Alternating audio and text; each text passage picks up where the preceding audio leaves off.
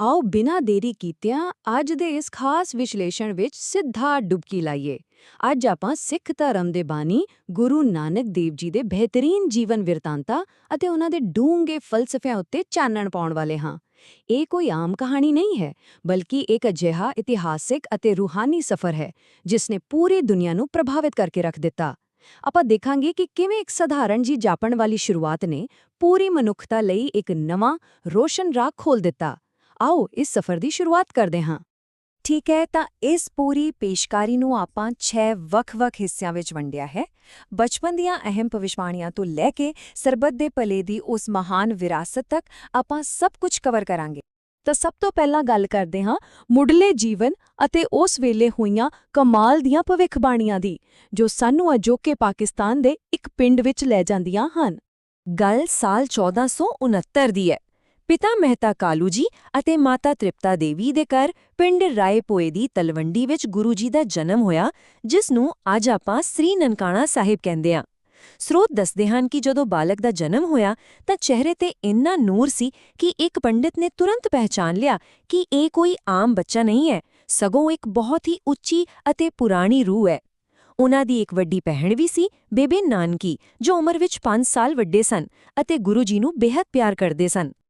ਹੁਣ ਜ਼ਰਾ ਸੋਚੋ, ਉਸ ਸਮੇਂ ਦੀ ਭਵਿਸ਼ਵਾਣੀ ਕਿੰਨੀ ਡੂੰਘੀ ਸੀ। ਰਿਵਾਇਤੀ ਬਿਰਤਾਂਤਾਂ ਮੁਤਾਬਕ ਜਦੋਂ ਪੰਡਿਤ ਹਰਦਿਆਲ ਜੀ ਬਾਲਕ ਦੀ ਜਨਮ ਪੱਤਰੀ ਬਣਾਉਣ ਆਏ ਤਾਂ ਉਹਨਾਂ ਨੇ ਸਾਫ਼ ਕਹਿ ਦਿੱਤਾ ਸੀ ਕਿ ਇਹ ਬਾਲਕ, ਜਿਸ ਦਾ ਨਾਮ ਨਾਨਕ ਨਿਰੰਕਾਰੀ ਰੱਖਿਆ ਗਿਆ, ਧਰਮਾਂ ਦੀਆਂ ਡੂੰਘੀਆਂ ਵੰਡਾਂ ਨੂੰ ਬਿਲਕੁਲ ਮਿਟਾ ਦੇਵੇਗਾ। ਉਨ੍ਹਾਂ ਨੇ ਇੱਥੋਂ ਤੱਕ ਕਿਹਾ ਕਿ ਇਸ ਬਾਲਕ ਨੂੰ ਹਿੰਦੂ ਅਤੇ ਮੁਸਲਮਾਨ ਦੋਵੇਂ ਇੱਕੋ ਜਿਹਾ ਸਤਿਕਾਰ ਦੇਣਗੇ। ਉਸ ਜ਼ਮਾਨੇ ਵਿੱਚ ਇਹ ਬਹੁਤ ਹੀ ਵੱਡੀ ਗੱਲ ਸੀ। ਹੁਣ ਅੱਗੇ ਵਧਦੇ ਹਾਂ ਦੂਜੇ ਪੜਾਅ ਵੱਲ। ਜਿਵੇਂ-ਜਿਵੇਂ ਬਾਲਕ ਵੱਡਾ ਹੋਇਆ, ਪਿਤਾ ਦੀਆਂ ਦੁਨਿਆਵੀ ਉਮੀਦਾਂ ਅਤੇ ਗੁਰੂ ਜੀ ਦੇ ਆਪਣੇ ਅਧਿਆਤਮਿਕ ਰਾਹ ਵਿਚਕਾਰ ਇੱਕ ਬਹੁਤ ਵੱਡਾ ਫਰਕ ਨਜ਼ਰ ਆਉਣ ਲੱਗਾ। ਜਦੋਂ ਗੁਰੂ ਜੀ 7 ਸਾਲ ਦੇ ਹੋਏ ਤਾਂ ਉਹਨਾਂ ਨੂੰ ਪੰਡਿਤ ਗੋਪਾਲ ਦਾਸ ਕੋਲ ਗੁਰੂਕੁਲ ਭੇਜਿਆ ਗਿਆ। ਪਰ ਇੱਥੇ ਇੱਕ ਬਹੁਤ ਹੀ ਦਿਲਚਸਪ ਘਟਨਾ ਵਾਪਰੀ। ਦਰਅਸਲ ਉਹਨਾਂ ਦਾ ਮਨ ਦੁਨਿਆਵੀ ਪੜ੍ਹਾਈ ਵਿੱਚ ਲੱਗਦਾ ਹੀ ਨਹੀਂ ਸੀ। ਜਦੋਂ ਪੰਡਿਤ ਜੀ ਨੇ ਪੰਜਾਬੀ ਦਾ ਪਹਿਲਾ ਅੱਖਰ ਊੜਾ ਲਿਖਣ ਲਈ ਕਿਹਾ ਤਾਂ ਗੁਰੂ ਜੀ ਨੇ ਇੱਕ ਐਸਾ ਜਵਾਬ ਦਿੱਤਾ ਜਿਸ ਨੇ ਅਧਿਆਪਕ ਨੂੰ ਵੀ ਹੈਰਾਨ ਕਰ ਦਿੱਤਾ। ਉਨ੍ਹਾਂ ਨੇ ਉਸ ਸਧਾਰਨ ਜਿਹੇ ਅੱਖਰ ਦੇ ਪਿੱਛੇ ਛੁਪੇ ਅਧਿਆਤਮਿਕ ਅਰਥ ਨੂੰ ਖੋਲ੍ਹ ਕੇ ਰੱਖ ਦਿੱਤਾ ਕਿ ਊੜਾ ਦਾ ਮਤਲਬ ਓਂਕਾਰ ਹੈ, ਯਾਨੀ ਪਰਮਾਤਮਾ ਸਿਰਫ ਇੱਕ ਹੈ। ਅਤੇ ਇਹ ਫਲਸਫਾ ਉਦੋਂ ਹੋਰ ਦੀ ਸਾਫ਼ ਹੋ ਗਿਆ ਜਦੋਂ ਉਹ 9 ਸਾਲ ਦੇ ਹੋਏ। ਹਿੰਦੂ ਰੀਤੀ ਅਨੁਸਾਰ ਜਦੋਂ ਜਨੇਊ ਪਹਿਨਾਉਣ ਦੀ ਰਸਮ ਹੋ ਰਹੀ ਸੀ ਤਾਂ ਉਨ੍ਹਾਂ ਨੇ ਉਸ ਰਿਵਾਇਤੀ ਸੂਤੀ ਧਾਗੇ ਨੂੰ ਪਾਉਣ ਤੋਂ ਹੀ ਇਨਕਾਰ ਕਰ ਦਿੱਤਾ। ਉਨ੍ਹਾਂ ਦਾ ਤਰਕ ਬਿਲਕੁਲ ਸਿੱਧਾ ਸੀ, ਇਹ ਧਾਗਾ ਤਾਂ ਸੜ ਜਾਵੇਗਾ, ਟੁੱਟ ਜਾਵੇਗਾ, ਮੈਲਾ ਹੋ ਜਾਵੇਗਾ। ਸਾਨੂੰ ਤਾਂ ਉਹ ਅੰਦਰੂਨੀ ਪਵਿੱਤਰਤਾ ਵਾਲਾ ਧਾਗਾ ਚਾਹੀਦਾ ਹੈ ਜੋ ਦਇਆ, ਸੰਤੋਖ ਅਤੇ ਸੱਚ ਦਾ ਬਣਿਆ ਹੋਵੇ, ਜੋ ਕਦੇ ਨਾ ਟੁੱਟੇ। ਬਿਲਕੁਲ ਸਟੀਕ ਗੱਲ ਸੀ। ਹੁਣ ਇਸ 20 ਦੇ ਅੰਕ ਪਿੱਛੇ ਦੀ ਕਹਾਣੀ ਤਾਂ ਸ਼ਾਇਦ ਤੁਸੀਂ ਸੁਣੀ ਹੀ ਹੋਵੇਗੀ। ਪਿਤਾ ਮਹਿਤਾ ਕਾਲੂ ਜੀ ਨੇ ਗੁਰੂ ਜੀ ਨੂੰ 20 ਰੁਪਏ ਦਿੱਤੇ ਕਿ ਜਾਓ ਕੋਈ ਵਧੀਆ ਵਪਾਰ ਕਰਕੇ ਮੁਨਾਫਾ ਕਮਾ ਕੇ ਲਿਆਓ। ਪਰ ਰਸਤੇ ਵਿੱਚ ਕੀ ਹੋਇਆ? ਉਨ੍ਹਾਂ ਨੂੰ ਭੁੱਖੇ ਸਾਧੂਆਂ ਦੀ ਇੱਕ ਮੰਡਲੀ ਮਿਲ ਗਈ। ਗੁਰੂ ਜੀ ਨੇ ਬਿਨਾਂ ਸੋਚੇ ਉਨ੍ਹਾਂ 20 ਰੁਪਇਆਂ ਨਾਲ ਉਨ੍ਹਾਂ ਸਾਧੂਆਂ ਨੂੰ 7 ਦਿਨਾਂ ਦਾ ਭੋਜਨ ਕਰਵਾ ਦਿੱਤਾ। ਦੁਨੀਆ ਦੀ ਨਜ਼ਰ ਵਿੱਚ ਸ਼ਾਇਦ ਇਹ ਨੁਕਸਾਨ ਸੀ, ਪਰ ਅਸਲ ਵਿੱਚ ਇਹ ਖਰਾ ਸੌਦਾ ਯਾਨੀ ਸੱਚਾ ਵਪਾਰ ਸੀ। ਇੱਥੋਂ ਹੀ ਲੰਗਰ ਪ੍ਰਥਾ ਦਾ ਮੁੱਢ ਬੱਝਿਆ। ਇਸ ਤੋਂ ਬਾਅਦ ਪਰਿਵਾਰ ਨੇ ਸੋਚਿਆ ਕਿ ਸ਼ਾਇਦ ਨੌਕਰੀ ਨਾਲ ਗੱਲ ਬਣ ਜਾਵੇ। ਆਓ ਚਲੀਏ ਸੁਲਤਾਨਪੁਰ, ਜਿੱਥੇ ਉਨ੍ਹਾਂ ਨੇ ਮੋਦੀਖਾਨੇ ਵਿੱਚ ਕੰਮ ਕਰਨਾ ਸ਼ੁਰੂ ਕੀਤਾ। ਇੱਥੇ ਨੰਬਰ 13 ਸਿਰਫ ਇੱਕ ਅੰਕ ਨਹੀਂ ਰਿਹਾ। ਜਦੋਂ ਗੁਰੂ ਜੀ ਮੋਦੀਖਾਨੇ ਵਿੱਚ ਅਨਾਜ ਤੋਲਦੇ ਤਾਂ ਗਿਣਤੀ ਕਰਦੇ-ਕਰਦੇ ਜਿਵੇਂ ਹੀ ਉਹ 13 ਯਾਨੀ ਪੰਜਾਬੀ ਵਿੱਚ 13 ਤੇ ਪਹੁੰਚਦੇ, ਉਹ ਪੂਰੀ ਤਰ੍ਹਾਂ ਪਰਮਾਤਮਾ ਦੇ ਰੰਗ ਵਿੱਚ ਰੰਗੇ ਜਾਂਦੇ। ਉਹ ਵਾਰ-ਵਾਰ 13 13 ਕਹਿਣ ਲੱਗ ਪੈਂਦੇ, ਜਿਸ ਦਾ ਮਤਲਬ ਸੀ ਕਿ ਹੇ ਪ੍ਰਭੂ, ਇਹ ਸਭ ਕੁਝ ਤੇਰਾ ਹੀ ਹੈ। ਤੇ ਇਸ ਇਲਾਹੀ ਅਵਸਥਾ ਵਿੱਚ ਉਹ ਗਰੀਬਾਂ ਨੂੰ ਬਿਨਾਂ ਗਿਣੇ ਹੀ ਅਨਾਜ ਤੋਲ ਦਿੰਦੇ ਸਨ। ਪਰ ਤੁਸੀਂ ਜਾਣਦੇ ਹੋ ਲੋਕ ਕਿੱਥੇ ਟਿਕਣ ਦਿੰਦੇ ਨੇ? ਕੁਝ ਇਰਖਾਲੂ ਲੋਕਾਂ ਨੇ ਨਵਾਬ ਕੋਲ ਜਾ ਕੇ ਸ਼ਿਕਾਇਤ ਲਾ ਦਿੱਤੀ ਕਿ ਨਾਨਕ ਤਾਂ ਸਾਰਾ ਸਰਕਾਰੀ ਖਜ਼ਾਨਾ ਗਰੀਬਾਂ ਨੂੰ ਲੁਟਾ ਰਿਹਾ ਹੈ। ਝਟਪਟ ਇੱਕ ਆਡਿਟ ਯਾਨੀ ਜਾਂਚ ਬਿਠਾਈ ਗਈ, ਪਰ ਜਦੋਂ ਹਿਸਾਬ ਹੋਇਆ ਨਾ ਤਾਂ ਨਤੀਜੇ ਨੇ ਸਭ ਨੂੰ ਹੈਰਾਨ ਕਰ ਦਿੱਤਾ। ਕੋਈ ਖਾਟਾ ਨਹੀਂ ਸੀ ਪਿਆ, ਸਗੋਂ ਉਲਟਾ ਨਵਾਬ ਨੇ ਹੀ ਗੁਰੂ ਜੀ ਦੇ 321 ਰੁਪਏ ਦੇਣੇ ਨਿਕਲ ਆਏ। ਤੇ ਕਮਾਲ ਦੀ ਗੱਲ ਦੇਖੋ, ਗੁਰੂ ਜੀ ਨੇ ਉਹ ਵਾਧੂ ਰਕਮ ਵੀ ਉਸੇ ਵੇਲੇ ਲੋੜਵੰਦਾਂ ਵਿੱਚ ਵੰਡ ਦਿੱਤੀ। ਹੁਣ ਆਪਾਂ ਪਹੁੰਚਦੇ ਹਾਂ ਉਸ ਮੋੜ ਤੇ ਜਿਸ ਨੇ ਸਭ ਕੁਝ ਬਦਲ ਕੇ ਰੱਖ ਦਿੱਤਾ। ਚੌਥਾ ਪੜਾਅ, ਕਾਲੀ ਵੇਈ ਵਿਖੇ ਗਿਆਨ ਪ੍ਰਾਪਤੀ। ਇਹ ਇੱਕ ਬਹੁਤ ਹੀ ਵੱਡਾ ਤੇ ਅਹਿਮ ਰਹੱਸ ਹੈ। ਸਰੋਤ ਦੱਸਦੇ ਹਨ ਕਿ ਸੁਲਤਾਨਪੁਰ ਵਿਖੇ ਕਾਲੀ ਵੇਈਂ ਨਦੀ ਵਿੱਚ ਇਸ਼ਨਾਨ ਕਰਨ ਗਏ ਗੁਰੂ ਜੀ ਅਚਾਨਕ ਹੀ ਅਲੋਪ ਹੋ ਗਏ। ਸ਼ਹਿਰ ਦੇ ਲੋਕਾਂ ਨੇ ਤਾਂ ਇੱਥੋਂ ਤੱਕ ਮੰਨ ਲਿਆ ਕਿ ਉਹ ਨਦੀ ਵਿੱਚ ਡੁੱਬ ਗਏ ਹਨ, ਪਰ ਉਨ੍ਹਾਂ ਦੀ ਭੈਣ ਬੇਬੇ ਨਾਨਕੀ ਦਾ ਵਿਸ਼ਵਾਸ ਬਿਲਕੁਲ ਅਟਲ ਸੀ। ਉਹ ਜਾਣਦੇ ਸਨ ਕਿ ਕੁਝ ਵੱਡਾ ਵਾਪਰਨ ਵਾਲਾ ਹੈ। ਪੂਰੇ 3 ਦਿਨਾਂ ਬਾਅਦ ਜਦੋਂ ਉਹ ਨਦੀ ਵਿੱਚੋਂ ਬਾਹਰ ਆਏ ਤਾਂ ਉਹ ਇੱਕ ਬਿਲਕੁਲ ਨਵੇਂ ਇਲਾਹੀ ਰੂਪ ਵਿੱਚ ਸਨ। ਬਿਰਤਾਂਤਾਂ ਅਨੁਸਾਰ ਉਨ੍ਹਾਂ ਨੇ ਸਭ ਤੋਂ ਪਹਿਲਾਂ ਮੂਲ ਮੰਤਰ ਦਾ ਉਚਾਰਨ ਕੀਤਾ, ਜੋ ਕਿ ਅੱਜ ਸਿੱਖ ਧਰਮ ਦਾ ਬਿਲਕੁਲ ਮੂਲ ਆਧਾਰ ਹੈ। ਫਿਰ ਬੇਰੀ ਦੇ ਦਰਖਤ ਹੇਠਾਂ ਬੈਠ ਕੇ ਜਪੂ ਜੀ ਸਾਹਿਬ ਦੀ ਰਚਨਾ ਕੀਤੀ ਅਤੇ ਇਹ ਐਲਾਨ ਕਰ ਦਿੱਤਾ ਕਿ ਉਨ੍ਹਾਂ ਦਾ ਅਸਲ ਮਿਸ਼ਨ ਸਾਰੀ ਮਨੁੱਖਤਾ ਨੂੰ ਇੱਕ ਪਰਮਾਤਮਾ ਦੇ ਨਾਮ ਨਾਲ ਜੋੜਨਾ ਹੈ, ਕਿਉਂਕਿ ਨਾ ਕੋਈ ਹਿੰਦੂ ਹੈ ਤੇ ਨਾ ਕੋਈ ਮੁਸਲਮਾਨ। ਗਿਆਨ ਪ੍ਰਾਪਤੀ ਤੋਂ ਬਾਅਦ ਪਰਿਵਾਰਿਕ ਜੀਵਨ ਨੂੰ ਪਿੱਛੇ ਛੱਡ ਕੇ ਗੁਰੂ ਜੀ ਵਿਸ਼ਾਲ ਯਾਤਰਾਵਾਂ ਤੇ ਨਿਕਲ ਪਏ। ਆਓ ਇਨ੍ਹਾਂ ਯਾਤਰਾਵਾਂ ਅਤੇ ਮੁੱਖ ਸਿੱਖਿਆਵਾਂ ਬਾਰੇ ਗੱਲ ਕਰਦੇ ਹਾਂ।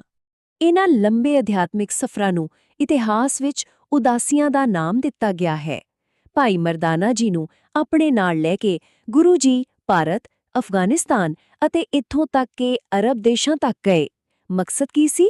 ਬਸ ਇਹ ਕਿ ਪੰਡਿਤਾਂ, ਮੌਲਵੀਆਂ ਅਤੇ ਆਮ ਲੋਕਾਂ ਵਿੱਚ ਫੈਲੇ ਪਾਖੰਡਾਂ ਅਤੇ ਵਹਿਮਾਂ ਭਰਮਾਂ ਨੂੰ ਦੂਰ ਕੀਤਾ ਜਾਵੇ ਅਤੇ ਸੱਚ ਦਾ ਹੋਕਾ ਦਿੱਤਾ ਜਾਵੇ।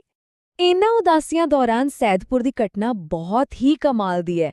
ਗੁਰੂ ਜੀ ਨੇ ਇੱਕ ਵੱਡੇ ਅਧਿਕਾਰੀ ਮਲਿਕ ਭਾਗੋ ਦੀ ਆਲੀਸ਼ਾਨ ਦਾਵਤ ਨੂੰ ਛੱਡ ਕੇ ਇੱਕ ਗਰੀਬ ਤਰਖਾਣ ਭਾਈ ਲਾਲੋ ਦੀ ਰੁੱਖੀ ਰੋਟੀ ਖਾਣੀ ਪਸੰਦ ਕੀਤੀ।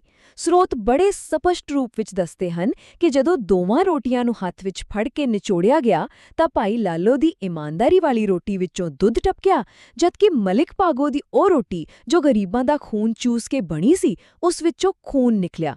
ਇਹ ਮਹਿਜ਼ ਇੱਕ ਚਮਤਕਾਰ ਨਹੀਂ, ਇੱਕ ਬਹੁਤ ਡੂੰਘਾ ਸਬਕ ਸੀ। ਇਨ੍ਹਾਂ ਸਾਰੇ ਤਜਰਬਿਆਂ ਵਿੱਚੋਂ ਉਨ੍ਹਾਂ ਦੀਆਂ ਸਿੱਖਿਆਵਾਂ ਦੇ 3 ਬੁਨਿਆਦੀ ਥੰਬ ਉੱਭਰ ਕੇ ਸਾਹਮਣੇ ਆਏ। ਪਹਿਲਾ, ਕਿਰਤ ਕਰੋ, ਯਾਨੀ ਪੂਰੀ ਇਮਾਨਦਾਰੀ ਅਤੇ ਮਿਹਨਤ ਨਾਲ ਆਪਣੀ ਕਮਾਈ ਕਰੋ। ਦੂਜਾ, ਨਾਮ ਜਪੋ, ਹਮੇਸ਼ਾ ਪਰਮਾਤਮਾ ਨੂੰ ਆਪਣੇ ਚੇਤੇ ਵਿੱਚ ਰੱਖੋ। ਅਤੇ ਤੀਜਾ, ਵੰਡ ਛਕੋ, ਜੋ ਕੁਝ ਕਮਾਇਆ ਹੈ ਉਸ ਨੂੰ ਲੋੜਵੰਦਾਂ ਨਾਲ ਸਾਂਝਾ ਕਰੋ। ਅੱਜ ਵੀ ਜੇਕਰ ਕੋਈ ਇਨ੍ਹਾਂ ਤਿੰਨਾਂ ਨੂੰ ਅਪਣਾ ਲਵੇ ਤਾਂ ਜ਼ਿੰਦਗੀ ਸੰਪੂਰਨ ਹੋ ਜਾਵੇ। ਇਸ ਤੋਂ ਵੀ ਵੱਡੀ ਗੱਲ, ਉਨ੍ਹਾਂ ਨੇ ਸੰਗਤ ਅਤੇ ਪੰਗਤ ਦੀ ਨੀਂਹ ਰੱਖੀ। ਸੰਗਤ ਵਿੱਚ ਸਭ ਬਿਨਾਂ ਕਿਸੇ ਭੇਦਭਾਵ ਦੇ ਬਰਾਬਰ ਬੈਠ ਕੇ ਪ੍ਰਾਰਥਨਾ ਕਰਦੇ ਅਤੇ ਪੰਗਤ ਯਾਨੀ ਲੰਗਰ ਵਿੱਚ ਸਾਰੇ ਇੱਕੋ ਕਤਾਰ ਵਿੱਚ ਬੈਠ ਕੇ ਭੋਜਨ ਛਕਦੇ। ਉਸ ਦੌਰ ਵਿੱਚ ਜਦੋਂ ਜਾਤ-ਪਾਤ ਅਤੇ ਅਮੀਰੀ-ਗਰੀਬੀ ਦੀਆਂ ਕੰਧਾਂ ਇੰਨੀਆਂ ਮਜ਼ਬੂਤ ਸਨ, ਇਹ ਇੱਕ ਬਹੁਤ ਵੱਡਾ ਇਨਕਲਾਬ ਸੀ ਜਿਸ ਨੇ ਸਮਾਜਿਕ ਵੰਡਾਂ ਨੂੰ ਜੜੋਂ ਪੁੱਟ ਦਿੱਤਾ। ਕਈ ਦਹਾਕਿਆਂ ਦੇ ਇਸ ਲੰਬੇ ਸਫ਼ਰ ਤੋਂ ਬਾਅਦ ਆਪਾਂ ਪਹੁੰਚਦੇ ਹਾਂ ਆਖਰੀ ਪੜਾਅ ਤੇ, ਉਨ੍ਹਾਂ ਦੇ ਅੰਤਿਮ ਸਾਲ ਅਤੇ ਵਿਰਾਸਤ। ਆਪਣੇ ਜੀਵਨ ਦੇ ਆਖਰੀ 18 ਸਾਲ ਗੁਰੂ ਜੀ ਨੇ ਅਜੋਕੇ ਪਾਕਿਸਤਾਨ ਦੇ ਕਰਤਾਰਪੁਰ ਸਾਹਿਬ ਵਿਖੇ ਬਿਤਾਏ ਅਤੇ ਸਭ ਤੋਂ ਖਾਸ ਗੱਲ ਕੀ ਸੀ? ਉਨ੍ਹਾਂ ਨੇ ਉੱਥੇ ਬੈਠ ਕੇ ਸਿਰਫ ਉਪਦੇਸ਼ ਨਹੀਂ ਦਿੱਤੇ, ਬਲਕਿ ਖੁਦ ਖੇਤੀਬਾੜੀ ਕੀਤੀ, ਆਪਣੇ ਹੱਥੀਂ ਹਲ ਵਾਇਆ ਅਤੇ ਨਾਲ-ਨਾਲ ਇਲਾਹੀ ਸਿਮਰਨ ਕੀਤਾ। ਉਨ੍ਹਾਂ ਨੇ ਸਾਬਿਤ ਕਰ ਦਿੱਤਾ ਕਿ ਰੱਬ ਨੂੰ ਪਾਉਣ ਲਈ ਜੰਗਲਾਂ ਵਿੱਚ ਜਾਣ ਦੀ ਲੋੜ ਨਹੀਂ। ਅਧਿਆਤਮਿਕਤਾ ਤਾਂ ਇਮਾਨਦਾਰ ਮਿਹਨਤ ਅਤੇ ਪਰਿਵਾਰਿਕ ਜੀਵਨ ਦੇ ਨਾਲ ਵੀ ਪ੍ਰਫੁੱਲਿਤ ਹੋ ਸਕਦੀ ਹੈ। ਜਦੋਂ ਆਪਣੀ ਵਿਰਾਸਤ ਨੂੰ ਅੱਗੇ ਤੋਰਨ ਦਾ ਵਕਤ ਆਇਆ ਤਾਂ ਗੁਰੂ ਜੀ ਨੇ ਇੱਕ ਹੋਰ ਕ੍ਰਾਂਤੀਕਾਰੀ ਫੈਸਲਾ ਲਿਆ। ਉਨ੍ਹਾਂ ਨੇ ਗੁਰਗੱਦੀ ਲਈ ਆਪਣੇ ਖੁਦ ਦੇ ਪੁੱਤਰਾਂ ਨੂੰ ਨਹੀਂ, ਬਲਕਿ ਯੋਗਤਾ ਅਤੇ ਸਮਰਪਣ ਨੂੰ ਚੁਣਿਆ। ਉਨ੍ਹਾਂ ਨੇ ਆਪਣੇ ਸਭ ਤੋਂ ਸਮਰਪਿਤ ਚੇਲੇ ਭਾਈ ਲਹਿਣਾ ਜੀ ਨੂੰ ਸਿੱਖਾਂ ਦੇ ਦੂਜੇ ਗੁਰੂ ਵਜੋਂ ਸਥਾਪਿਤ ਕੀਤਾ ਅਤੇ ਉਨ੍ਹਾਂ ਨੂੰ ਨਾਮ ਦਿੱਤਾ ਗੁਰੂ ਅੰਗਦ ਦੇਵ ਜੀ। ਇਹ ਦਰਸਾਉਂਦਾ ਹੈ ਕਿ ਅਸਲ ਰਿਸ਼ਤਾ ਖੂਨ ਦਾ ਨਹੀਂ, ਸਗੋਂ ਰੂਹਾਨੀਅਤ ਦਾ ਹੁੰਦਾ ਹੈ। ਫਿਰ ਸਾਲ 1539 ਵਿੱਚ ਜਦੋਂ ਗੁਰੂ ਜੀ ਜੋਤੀ-ਜੋਤ ਸਮਾਏ ਤਾਂ ਇੱਕ ਅਜੀਬ ਜਿਹਾ ਵਿਵਾਦ ਖੜਾ ਹੋ ਗਿਆ। ਹਿੰਦੂ ਸ਼ਰਧਾਲੂ ਕਹਿੰਦੇ ਸਨ ਕਿ ਅਸੀਂ ਰਵਾਇਤੀ ਸੰਸਕਾਰ ਕਰਾਂਗੇ ਤੇ ਮੁਸਲਿਮ ਸ਼ਰਧਾਲੂ ਕਹਿੰਦੇ ਸਨ ਕਿ ਅਸੀਂ ਦਫਨਾਵਾਂਗੇ। ਪਰ ਇਤਿਹਾਸਿਕ ਸਰੋਤ ਦੱਸਦੇ ਹਨ ਕਿ ਇੱਥੇ ਇੱਕ ਆਖਰੀ ਚਮਤਕਾਰ ਹੋਇਆ। ਜਦੋਂ ਸਰੀਰ ਉੱਤੋਂ ਚਾਦਰ ਹਟਾਈ ਗਈ ਤਾਂ ਉੱਥੇ ਸਿਰਫ ਤਾਜ਼ੇ ਫੁੱਲ ਮਿਲੇ, ਕੋਈ ਸਰੀਰਕ ਅਵਸ਼ੇਸ਼ ਨਹੀਂ ਸੀ। ਦੋਵਾਂ ਧਰਮਾਂ ਨੇ ਉਹ ਚਾਦਰ ਅਤੇ ਫੁੱਲ ਆਪਸ ਵਿੱਚ ਵੰਡ ਲਏ ਅਤੇ ਆਪੋ ਆਪਣੀਆਂ ਰੀਤਾਂ ਨਾਲ ਅੰਤਿਮ ਰਸਮਾਂ ਪੂਰੀਆਂ ਕੀਤੀਆਂ। ਕੀ ਕਮਾਲ ਦਾ ਸੁਨੇਹਾ ਸੀ! ਇਹ ਹੈਰਾਨੀਜਨਕ ਅੰਤ ਸਾਨੂੰ ਸਾਰਿਆਂ ਨੂੰ ਅੱਜ ਇੱਕ ਡੂੰਘੇ ਸਵਾਲ ਤੇ ਲਿਆ ਕੇ ਖੜਾ ਕਰ ਦਿੰਦਾ ਹੈ। ਜ਼ਰਾ ਸੋਚੋ, 1469 ਵਿੱਚ ਸ਼ੁਰੂ ਹੋਈ ਏਕਤਾ, ਬਰਾਬਰੀ ਅਤੇ ਕਿਰਤ ਦੀ ਇਹ ਵਿਰਾਸਤ ਕੀ ਅੱਜ ਦੇ ਇਸ ਵੰਡੇ ਹੋਏ ਅਤੇ ਉਲਝੇ ਹੋਏ ਸੰਸਾਰ ਲਈ ਬਿਲਕੁਲ ਸੰਪੂਰਨ ਖਾਕਾ ਨਹੀਂ ਹੈ? ਜੇ ਅਸੀਂ ਅੱਜ ਵੀ ਇਹਨਾਂ ਸਿੱਖਿਆਵਾਂ ਨੂੰ ਆਪਣੇ ਜੀਵਨ ਵਿੱਚ ਅਪਣਾ ਲਈਏ ਤਾਂ ਸ਼ਾਇਦ ਦੁਨੀਆ ਦਾ ਨਕਸ਼ਾ ਹੀ ਬਦਲ ਜਾਵੇ। ਇਸ ਬਾਰੇ ਜ਼ਰੂਰ ਵਿਚਾਰ ਕਰਿਓ। ਸਾਡੇ ਨਾਲ ਇਸ ਵਿਸ਼ਲੇਸ਼ਣ ਵਿੱਚ ਜੁੜਨ ਲਈ ਤੁਹਾਡਾ ਬਹੁਤ-ਬਹੁਤ ਧੰਨਵਾਦ।